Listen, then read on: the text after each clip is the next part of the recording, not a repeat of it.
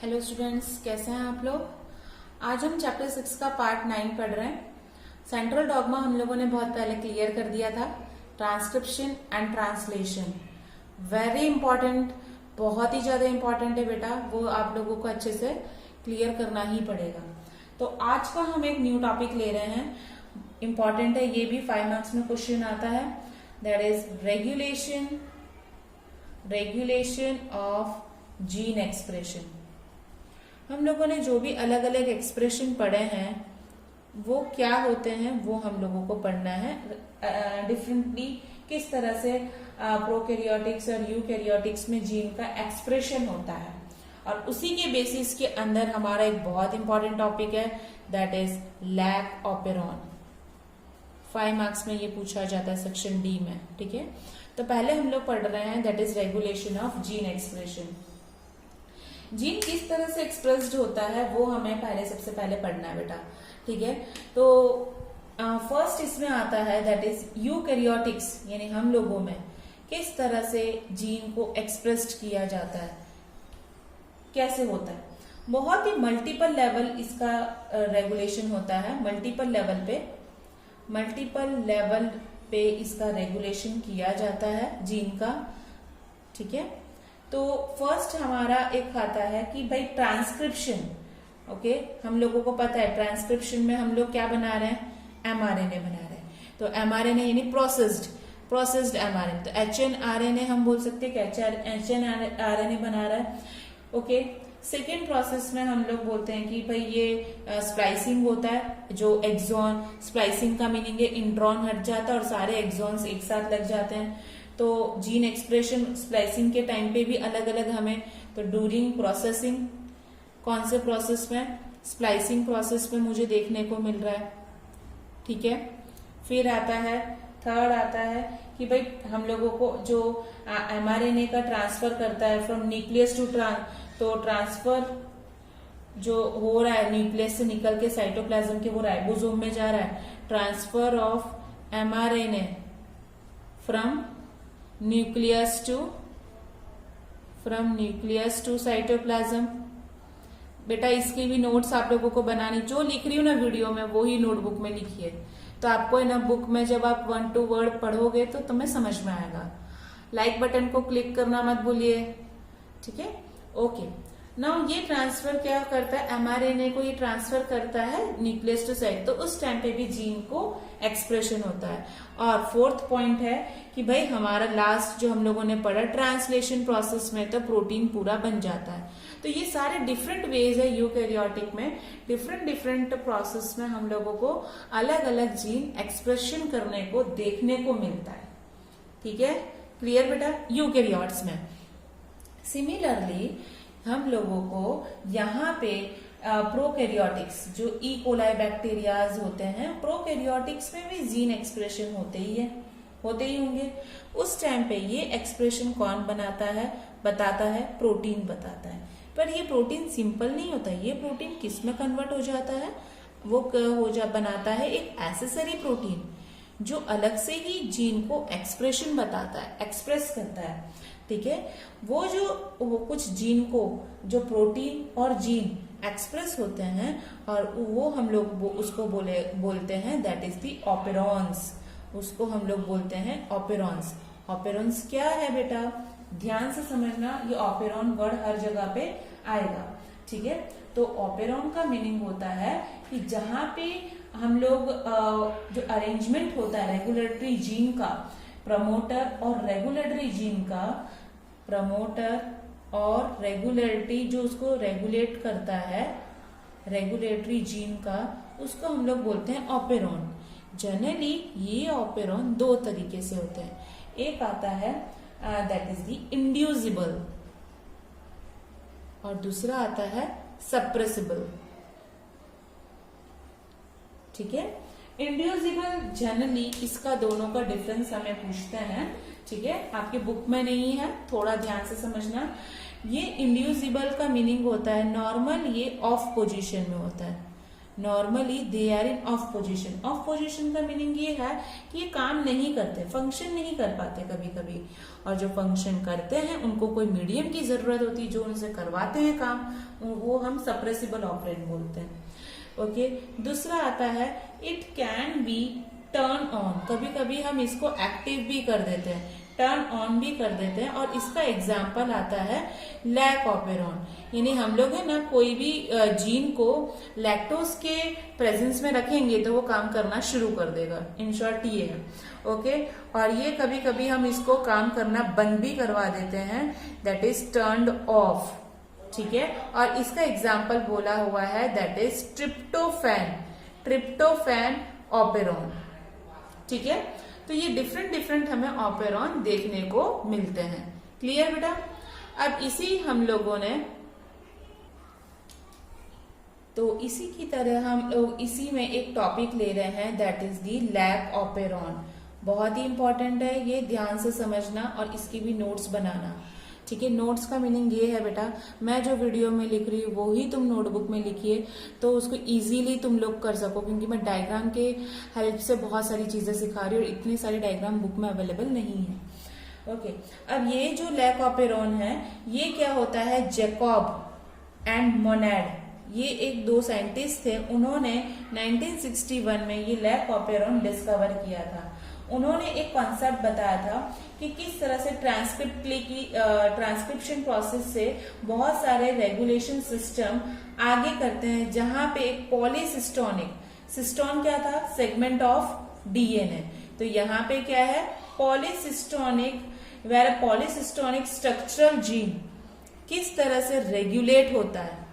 ठीक है, एक हम लोग एक स्ट्रैंड लेते हैं डीएनए का, ये किस तरह से रेगुलेटेड होता है, किसके थ्रू रेगुलेटेड होगा, by a common promoter, promoter के थ्रू होगा और कुछ रेगुलेटरी जीन्स के थ्रू होगा। ये साइंटिस्ट बोलने लगा कि भाई प्रमोटर और जीन्स चाहिए इन लोगों को रेगुलेटेड करने के लिए, और ऐसे अरेंजमेंट को उसने क्या नाम दे दिया है, दैट इज दी ऑपेरॉन बोल दिया। ठीक है, ऐसे लोगों को उसने ऑपेरॉन बोल दिया। एग्जाम्पल है दैट इज लैक ऑपेरॉन बोला है, ट्रिप्टोफैन ऑपेरॉन बोला है, ये सब अलग अलग। लैक का मीनिंग है कि लैक्टोज, तो हम लोग स्ट्रक्चर ऑफ लैक ऑपेरॉन पढ़ते हैं कि यहाँ पे बहुत सारे अलग अलग मुझे जीन्स देखने को मिला है इस लैक ऑपेरॉन में। ठीक है, फर्स्ट आता है that is one regulatory gene. First एक आता है जो उसको पूरा रेगुलेशन करता है, और वो रेगुलेशन का नाम है आई जीन। और आई जीन क्या करता है, वो एक कोड करता है, दैट इज उसको हम लोग बोलते हैं इनिबिटरी प्रोटीन। ये हेल्प करता है एक इनिबिटरी प्रोटीन बनाने के लिए। ठीक है, और इसको हम लोग ऐसा भी बोल सकते हैं कि वो रिप्रेसर भी बोला जाता है, इसको रिप्रेसर प्रोटीन, रिप्रेसर प्रोटीन भी बोलते हैं। ये हेल्प करता है प्रोसेस को, एक मॉडिफाइड प्रोटीन बनाता है और प्रोसेस को आगे बढ़ाने में हेल्प करता है।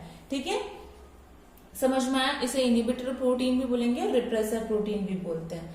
सेकेंड हम लोगों को यहाँ पे जरूरत होती है that is this 3 structural genes. हमें 3 स्ट्रक्चरल जीन की जरूरत होती है। कौन सी जरूरत होती है, ध्यान से समझना। एक आता है जेड, वाई और ए, 3 जीन आते हैं। जेड जीन जो होता है वो हमेशा एक बीटा गैलेक्टोसिडेज एंजाइम को हेल्प करता है, जिससे ये एंजाइम हेल्प करता है डाइसेकेराइड यानी 2 सेकेराइड मॉलिक्यूल होगा, उसको किसमें होता है, मोनोसेकेराइड और मोनोसेकेराइड यानी 2 मोनोसेकेराइड यूनिट बनाने में हेल्प करता है। डाइसेकेराइड को तोड़ेगा और 2 मोनोसेकेराइड यूनिट बनाएगा। कौन, ये जेड जीन। ठीक है, इट मीन्स दैट एग्जाम्पल लेते, लैक्टोस होता है वो गैलेक्टोस और ग्लूकोस में टर्न हुआ। ठीक है, तो ये जेड जीन हेल्प करता है।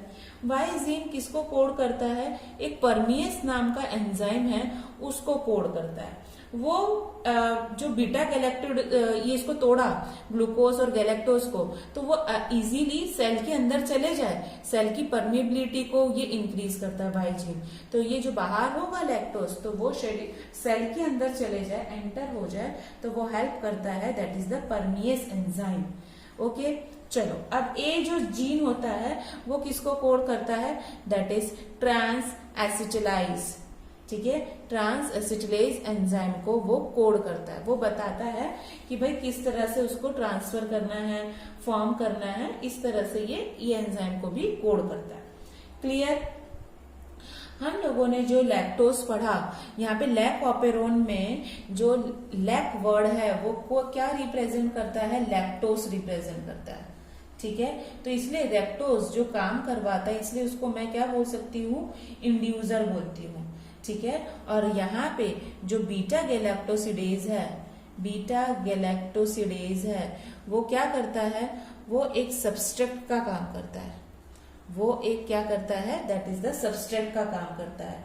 ठीक है, लैक्टोज क्या है, लैक्टोज के अंदर कार्बन है ना, C6H12O2 हम लोग बोलते ही है, तो कार्बन स्ट्रक्चर सोर्स है, ग्रोथ मीडियम, जिसके में वो क्या करता है, ग्लूकोज लैक्टोज ये इजीली कन्वर्ट करके सेल के अंदर चले जाते हैं बाय द एंजाइम परमिएस। ठीक है, तो लैक्टोज क्या करता है, देन इंड्यूसेस, तो लैक्टोज जैसे ही सेल के अंदर जाएगा तो उसके हमारे सेल के अंदर कौन है, ऑपेरॉन। ठीक है, तो ऑपेरॉन को वो क्या करना शुरू करेगा, एक्टिव करना, इंड्यूसेस दी यानी उसका काम करना शुरुआत करवाएगा, कौन, दैट इज द लैक्टोज। ठीक है, अब यहाँ पे ये जो लैक्टोज किस तरह से काम करता है, इंड्यूसिबल ओपरेन, तो हम लोग उसको थोड़ा अलग अलग तरीके से पढ़ते हैं, ध्यान से समझना।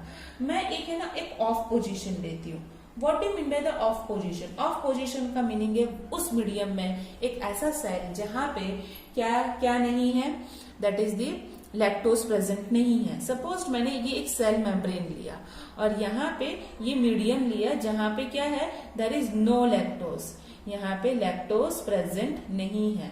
ठीक है, मैंने यहाँ पे एक ऑपेरॉन का स्ट्रैंड बनाया ऐसे करके। ओके, तो यहाँ पे ये सब कुछ अलग अलग यहाँ पे इसके स्ट्रैंड है।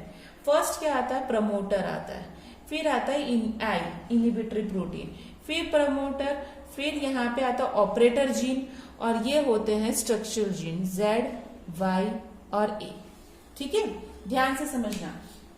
ये जो प्रमोटर होता है हम लोगों ने ट्रांसक्रिप्शन में पढ़ा हुआ है, यहाँ पे कौन लगता है, that is the RNA polymerase. यहाँ पे ये डायग्राम आपको बनाना है, ये RNA पॉलीमरेज प्रमोटर में लगता है, तो यहाँ पे दूसरा भी यहाँ पे क्या लग जाएगा, RNA पॉलीमरेज एंजाइम लग जाता है। ठीक है, समझ में आया?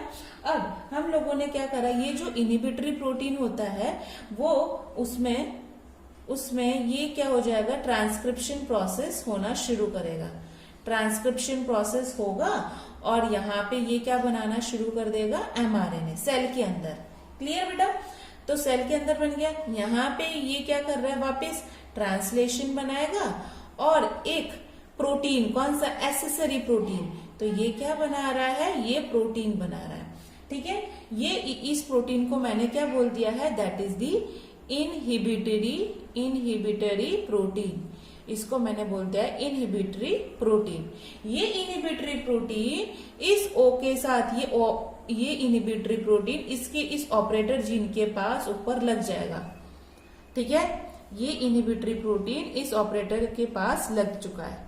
Got it? कहाँ पे, जब नो लैक्टोज होता है और ये जैसे ही ऑपरेटर लगता है तो यहाँ पे ये RNA पॉलीमरेज ये स्लाइड नहीं होता है, किसके, Z, Y और A, उसके ऊपर स्लाइड ओवर नहीं होता है, तो ये Z बीटा गैलेक्टोसिडेज में कन्वर्ट नहीं होगा, Y परमिएस में कन्वर्ट नहीं होगा, A ट्रांस एसिटिलेज में कन्वर्ट नहीं होगा, क्योंकि यहाँ पे ये क्या हो गया, इस तरह से ये इनहिबिटरी प्रोटीन उसके ऊपर बैठा है, जो RNA पॉलीमरेज स्लाइड ओवर नहीं हो पाएगा इस स्ट्रक्चरल जीन पे, और ये इसमें कन्वर्ट नहीं हो पाएंगे, और कन्वर्ट नहीं होगा तो ट्रांसक्रिप्शन प्रोसेस भी यहाँ पे नहीं टेक्स प्लेस होती। कब? ऑफ पोजीशन में। डिफरेंस देखिएगा आप लोग। ठीक है बेटा? अब सिमिलरली हम लोग वापस ऑन पोजीशन लेते हैं। ऑन पोजीशन यानी लैक्टोज प्रेजेंट है। चलो अब हम लोग ले रहे हैं that is the on position. Okay, on position में वापस एक सेल मेम्ब्रेन बनाया, यहाँ पे कौन प्रेजेंट है, लैक्टोज है, यहाँ पे कौन है, लैक्टोज इस मीडियम में प्रेजेंट है। ठीक है, वापस मैंने यहाँ पे बना दिया एक ओपेरॉन। ठीक है, इस तरह से हम लोगों ने बनाया है।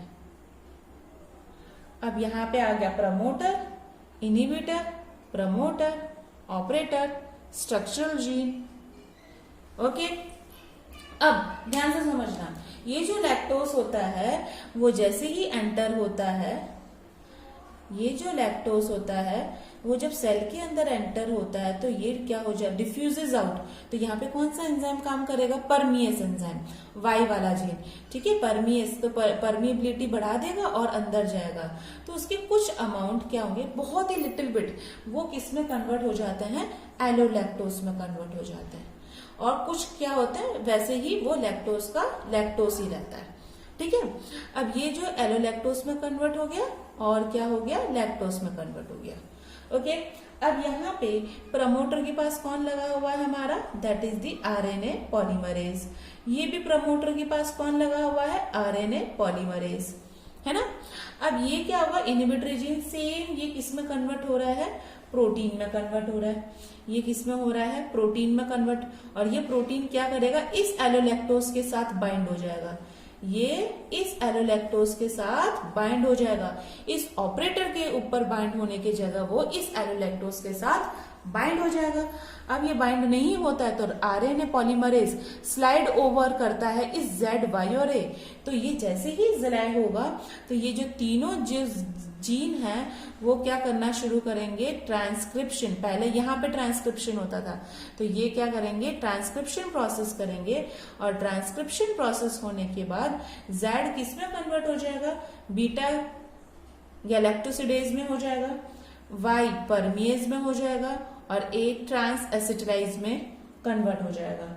और जैसे ही ये सारे जो कन्वर्शन हो जाएंगे तो ये जो लैक्टोज है, ध्यान से समझना, ये पूरा जो लैक्टोज है वो ग्लूकोज में कन्वर्ट हो जाएगा और गैलेक्टोज में कन्वर्ट हो जाएगा, ग्लूकोज और गैलेक्टोज में। तो ये सारे एंजाइम हेल्प करते हैं इस डाइसेकेराइड यूनिट को मोनोसेकेराइड यूनिट में कन्वर्शन होने में। तो ये फर्क पड़ता है ऑन।